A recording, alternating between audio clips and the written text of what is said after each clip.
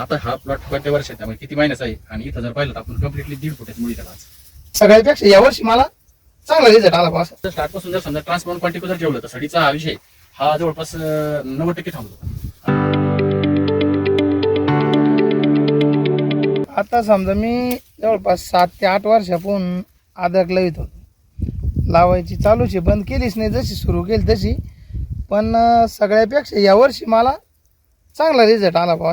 अंदाजे औषधाचा खर्च जर म्हणलं तर 15,000 रुपये झाला असेल, 14-15,000. वॉटर सोल्युबलचे तर काही एवढे दिले नाही, 2 वेळेस वेळा दिली ती. बेसल डोस 3 केले, त्यांनी 4 दिले ते, पण माझ्याकडून एक नाही पडल्या गेला.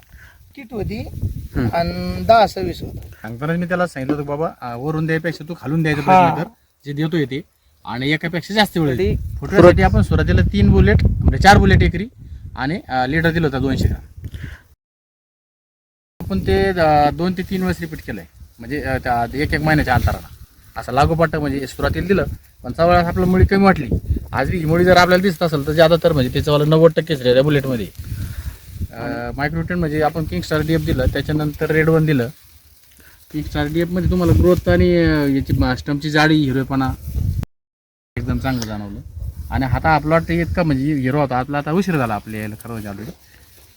म्हणजे आई नजर लागत होती, इतका खतरनाक होता पाहायला. रेड वन हे सोडल्यापासून आहे ना, याचं थोडं वजनामध्ये बी चांगला फरक झाला.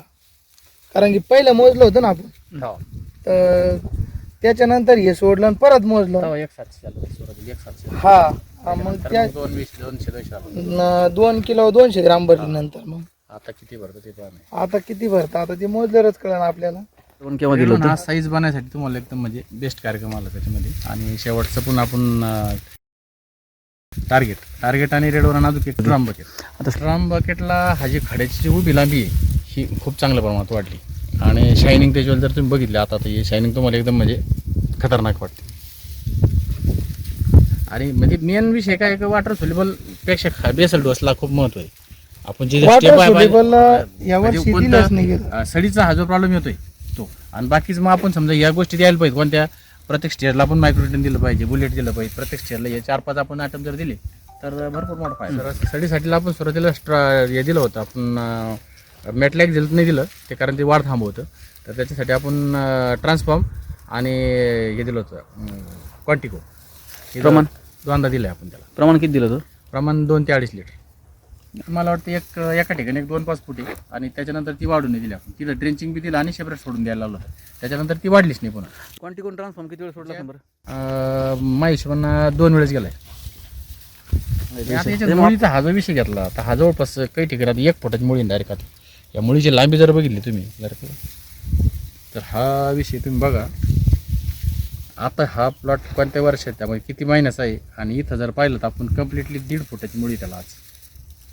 आणि ती बी ऍक्टिव्ह मुळी ते तुटल्याचा विषय जाऊन, पण ही पांढरी सफेद मुळी डार्क ब्राऊन झालेली नाही आजच्या कंडिशनला. हा डिसेंबर आता काय 2 महिन्याचा 3 महिन्याचा प्लॉट नाही.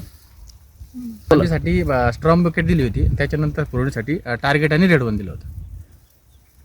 मेन म्हणजे पाण्याच्या परिस्थितीमध्ये वरून वॉटर सोल्युबल शक्यतो देऊ नये. खत मुळ्याला दिलं पाहिजे वरून दिल्यापेक्षा. आणि प्रत्येक स्टेजला जे लागणारे प्रोडक्ट घ्या आणि शक्यतो जैविक प्रोडक्टकडं गेलं पाहिजे.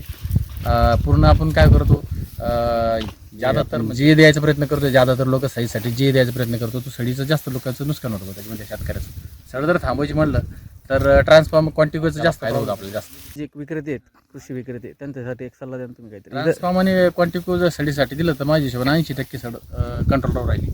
आणि बेसल डोस खालून 1 पेक्षा जास्त वेळ जर खालून दिला, ज्यावेळेस आपल्याला माती लावायची त्यावेळेस बेसल डोस जास्त महत्त्वाचा तेव्हा तो तर विषय आहे ना. समजा आता आपण समजायला जर स्टार्टपासून जर समजा ट्रान्सफॉर्म क्वांटिको जर ठेवलं तर सडीचा हा विषय हा जवळपास 90% थांबतो. आणि आपले कस्टमर ऑटोमॅटिकच वाढते. कस्टमरचं जर आउटपुट भेटलं तर तो आपल्यावरच अवलंबून आहे ना. तो जर मोठा झाला तर आपला ऑटोमॅटिकच मोठं होतं. कस्टमर वाढायला काय विषय त्याच्यामध्ये. काही अडचणी येतच राहते पण अडचणीतून माणूस निघतोच. धन्यवाद. धन्यवाद.